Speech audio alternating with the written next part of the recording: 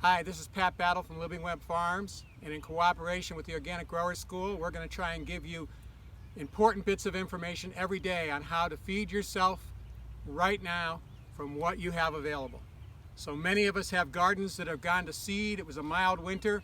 Lots of the brassicas made it through the winter, and now they're making flowering tops, and those are all edible and delicious. Right here we have turnip tops.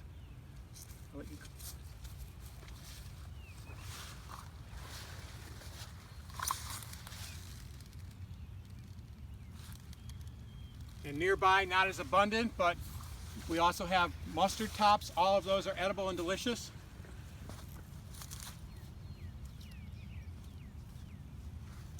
We also have Arugula Tops. Every bit of that top is edible. You just take it to where the stem is tender. The leaves are good, the buds are good, the flowers are sweet and hot. They're really wonderful. And then we'll show you what kale and collard tops look like, and we'll give a quick demonstration of where to cut them so they keep producing. We want to cut them where they're still going to be tender. And you can find out if they are by cutting them, tasting them. The lower you cut them, that's still tender. The stem is good. The lower you cut them, the more big buds you're going to get next time. If you cut them higher, you get lots of small buds. You can harvest from turnips or something like that for weeks. John's filming kale tops. Once he creates a social distance,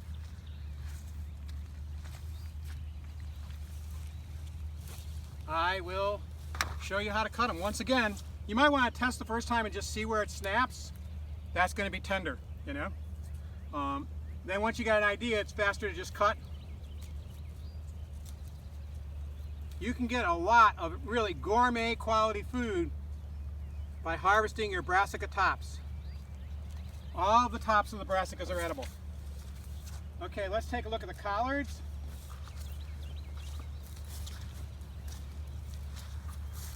These are my absolute favorite. I have for years thought I should actually specialize in providing spring collard tops. They're sweet, tender, have the texture of broccoli, and taste like collards. Can you beat that? By the way, we were looking at those turnip tops. Broccoli Rabe is actually a turnip that is bred to make broccoli-like tops.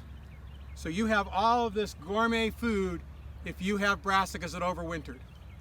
Also, if you have radishes that overwintered, you might let them go to seed, and the tender young pods are juicy and sweet with a bean-like texture, but spicy like radishes. So eat your food, let some go to seed to feed the pollinators, get out in your backyard and plant the next round. So here we're looking at oilseed radish. That's a cover crop, and yet the tops are edible and delicious. This is the one that I said if you wait until it sets pods, you can eat the pods when they're young and tender too. But right now the tops are absolutely delicious and ready to be taken.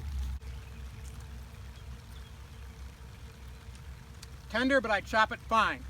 You know, there's a little bit of chew to it, but delicious, not even hot. It's sweet and radishy tasting. Absolutely scrumptious.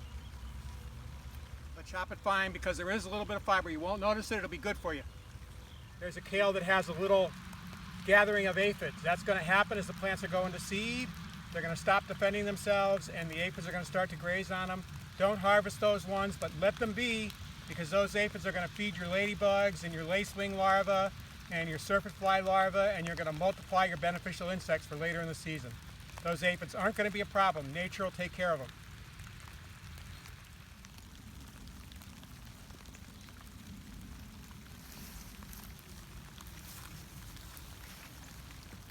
I've been harvesting and eating these kinds of brassicas tops for 25, 30 years. I've always thought that farmers should be marketing them.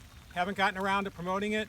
Last fall, I came up with a mix of sprouting broccolis and other sprouting, flowering brassicas that I intended to market, and I had a name for it. I decided to name it Broccoloonie. I think it's a great name for your mix of broccoli tops. Farmers, you need income, you got your brassicas going to seed.